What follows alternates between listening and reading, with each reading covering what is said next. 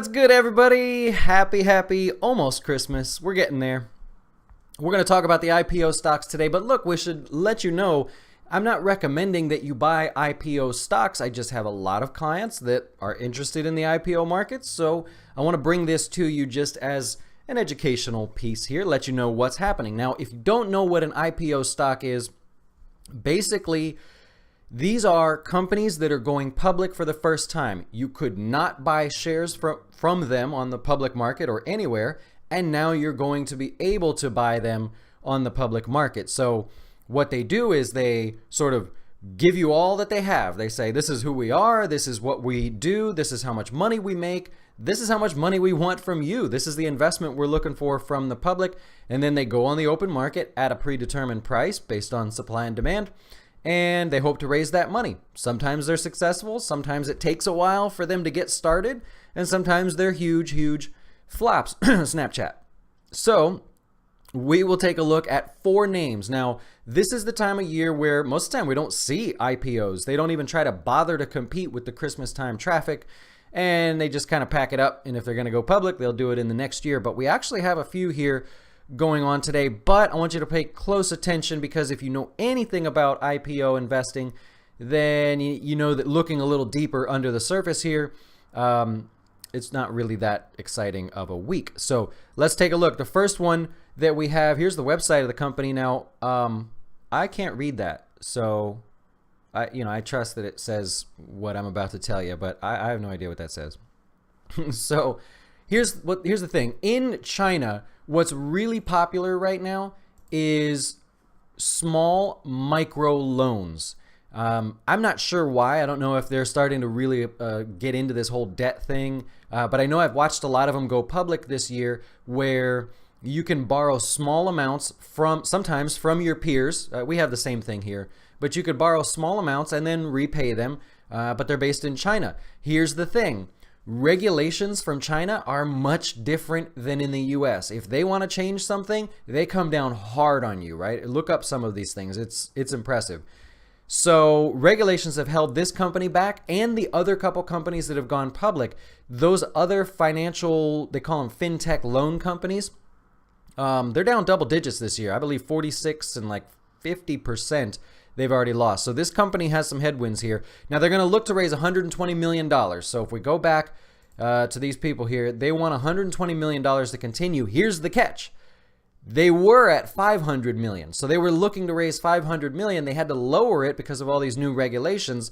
So they're going to offer shares between $9 and $11.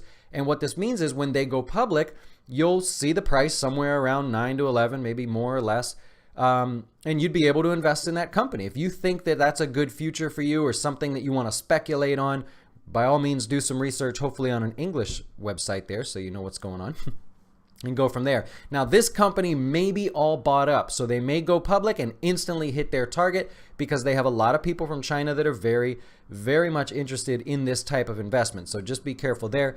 That one's it is the largest of the week at 120 million, but it is probably going to be the toughest of the week, I think. So be very careful there. Let's move on. The next one they're called Advantage Insurance. They're based in Puerto Rico. Now, this is a life insurance and a business insurance company, but if you look at their website, go a little bit down here, this is where you start to realize what they actually do.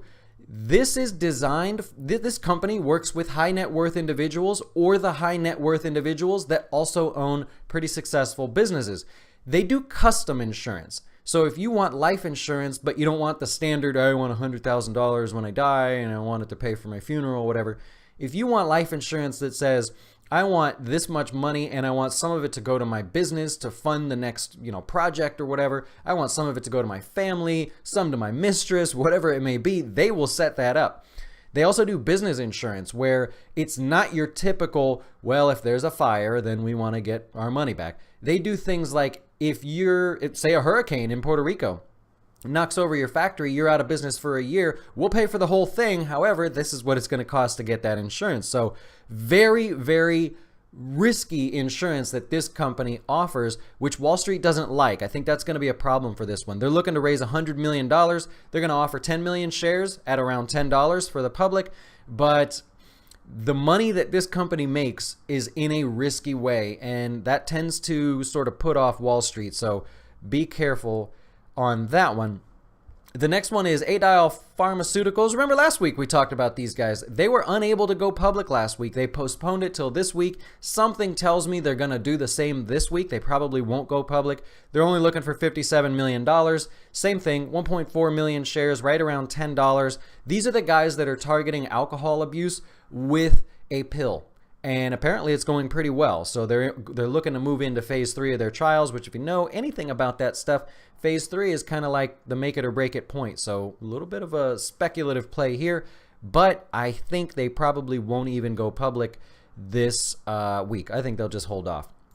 And finally, we have Hancock Laboratories. Pretty cool. My wife's into this stuff, so I shared this with her. I don't know much about what do they call them?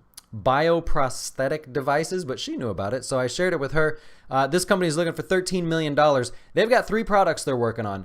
Here's the deal.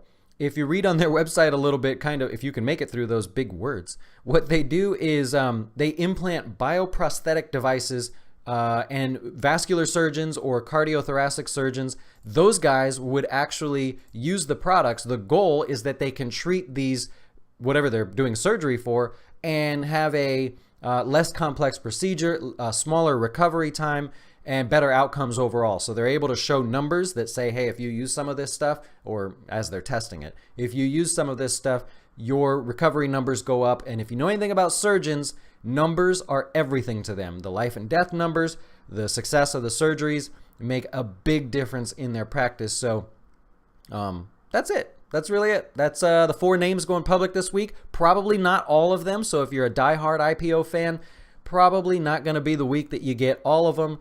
But, you know, you can always watch and see what happens. So that's it. That's all I got for you. If you have any questions, or if you've invested in an IPO and you found some great success, it wasn't Snapchat or probably Twitter, but, you know, if there's something you found success with, let me know in the comments section.